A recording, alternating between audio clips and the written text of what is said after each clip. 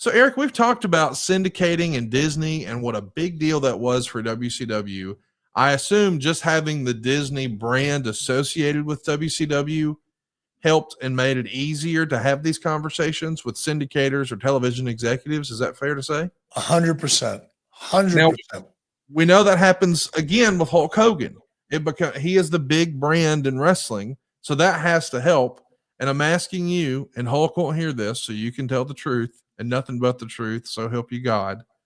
What mattered most, do you think, to advertisers, to television executives? Was it a bigger deal to have the Disney Association or the Hulk Hogan Association? Not even close, Hulk. Okay. Disney helped. Disney helped overcome the stigma of the WCW, small little regional wrestling promotion. That helped greatly. Hulk Hogan changed everything. And I say that because I was involved in a lot of the discussions, with advertisers. I was in NAPD. I showed up there with Rob Garner. I had a presence there. I talked to a lot of the buyers. And yeah, they'd acknowledge, oh, it's cool, you're Disney. Makes it a little easier selling advertising for a Disney, themed product than it certainly does for, we're coming to you live from Gainesville, Georgia. I mean, no offense to Gainesville, but yeah, Disney helped. Hogan changed everything. I want to ask you a little bit about the split focus. And I don't know that you and I have ever talked about this, but I've always wondered, and we've talked about it a lot here on the program. By the way, we're live at 83weeks.com. So if you haven't already, hit that subscribe button, turn on your notifications bell. You can be interactive with Eric every time we're live. But if you hit that notifications bell, it's going to give you a push notification on your phone and let you know, hey, you can talk to Eric Bischoff right now. But I wanted to ask you, Eric, it's a split focus almost, because we've made it very clear from the very beginning, WCW was not a wrestling company. It is a wrestling company owned by a television company. So it is technically a wrestling show for a television company. So ratings matter more than pay-per-view, than gates, than merch. Yes, it all matters. Yes, it's all important, but television is paramount. But you and I have spent this entire time talking about syndication. Syndication is not necessarily a TBS product. It's not necessarily a TNT product. Yes, they're going to receive the revenue for it. Yes, they're a television company. I get that it's important.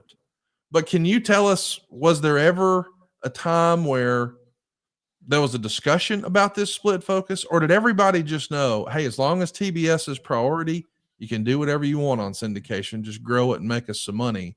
Or was there a time when they said, hey, why was that on the syndicated show and not on TBS? You're spending too much time on syndication. We need to focus more on TBS. Can you talk me through that? There's not much to talk about because there was no issue with it. It never became an issue. I think, keep in mind, again, Turner executives, other than Ted, didn't really they didn't want to deal with WCW. They didn't care. Best way to say it for the show. They did not care. They didn't care what we did. They would have preferred had we not been on TBS at all. That was their preference. And they certainly didn't care what we were doing in syndication. So no, it never became an issue. Conrad, I'm not going to be rude here, but I'm going to send you a copy of a text, and I'm going to do it live on the air, and I don't want you to read it. I just want to see your reaction to it because this is fucking uncanny. So bear with me, talk some shit up, sell an ad, do whatever you're going to do, but you got to see this because it's fucking crazy. Okay, Eric, you said you sent me a text. I got the phone here.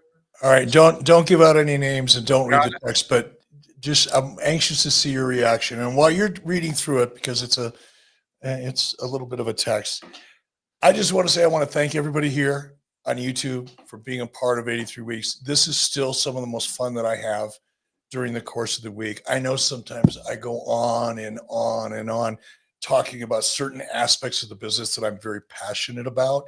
I get passionate about the business side of the wrestling business, much more so than I get excited about what goes on inside of the ring or the dirt sheet drama that surrounds it all. So for those of you that enjoyed this deep dive into the business of the wrestling business, specifically syndication and ad sales and growth, I appreciate you being here. For those of you who've tolerated it because you would much rather hear us talking about specific in-ring action, tune in next week. We'll be back to it. But I love digging into the biz of the biz, if you know what I mean. Man, I've had a lot of fun talking about selling wrestling on television with you. And I know that we could keep on and on with this, but I'm sure we'll get in the weeds a little bit. And I know that you've got a big weekend planned. Our next topic, and this is going to be a fun one, is coming right on time. We're calling it Ask Eric Anything. And we're going to do it live right here on YouTube. We got some questions we didn't get to today, but we are going to get to all of those and many more next week here on the program. So make plans to join us here at 83weeks.com. Certainly appreciate Ryan A. Saying that I'm the Connie, the African Dream, the best pitch man in the USA. I don't know about that. Nonsense McGee says, okay, not to hijack things, Eric, but hard to find concrete info. Is it all about the source of funding a production gets that would dictate the ability to use margins in the line items? Asking for a friend. I mean, yeah, I mean, he who has the gold makes the rules, Eric, and the person who's providing the funding, they're going to go through those books with a fine-tooth comb, right? Now, yes. Then meaning when I was an independent television producer, not so much. They had, a studio, a cable outlet, for example, we'll use Discovery. They had a set budget. They knew how much they were willing to spend for a particular project to fill their schedule. If we could come to them with a product within that budget that fulfilled their goals and the cost of the product was not unusual or the line items weren't unusual in any way, they would look it over, but they didn't question it because they knew we had to make money. It's so much different. Of course, the source of he who writes a check writes the rules. That's always been the case. The thing that's changed so dramatically are the rules that are written in the process. That's what's changed. It's always been the case, but it is much more oppressive today. My daughter is the vice president of development for an independent television production company, one of the bigger ones in Los Angeles today. They own, for example, they bought up Vin DeBono Productions and thousands of hours of all the stuff that Vin DeBono has produced over the last 20 or 30 years. So they're a successful company and they're a big company. But it's like working for a bank. It's not like working for a television. And I don't mean that as a criticism. My daughter loves her job. She's grateful for the opportunity. But I talk to her regularly about the process that she has to go. She's the person that Jason and I would hope to pitch. That's who she is.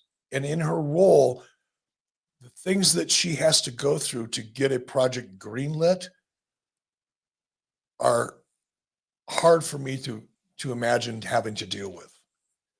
That's what's changed.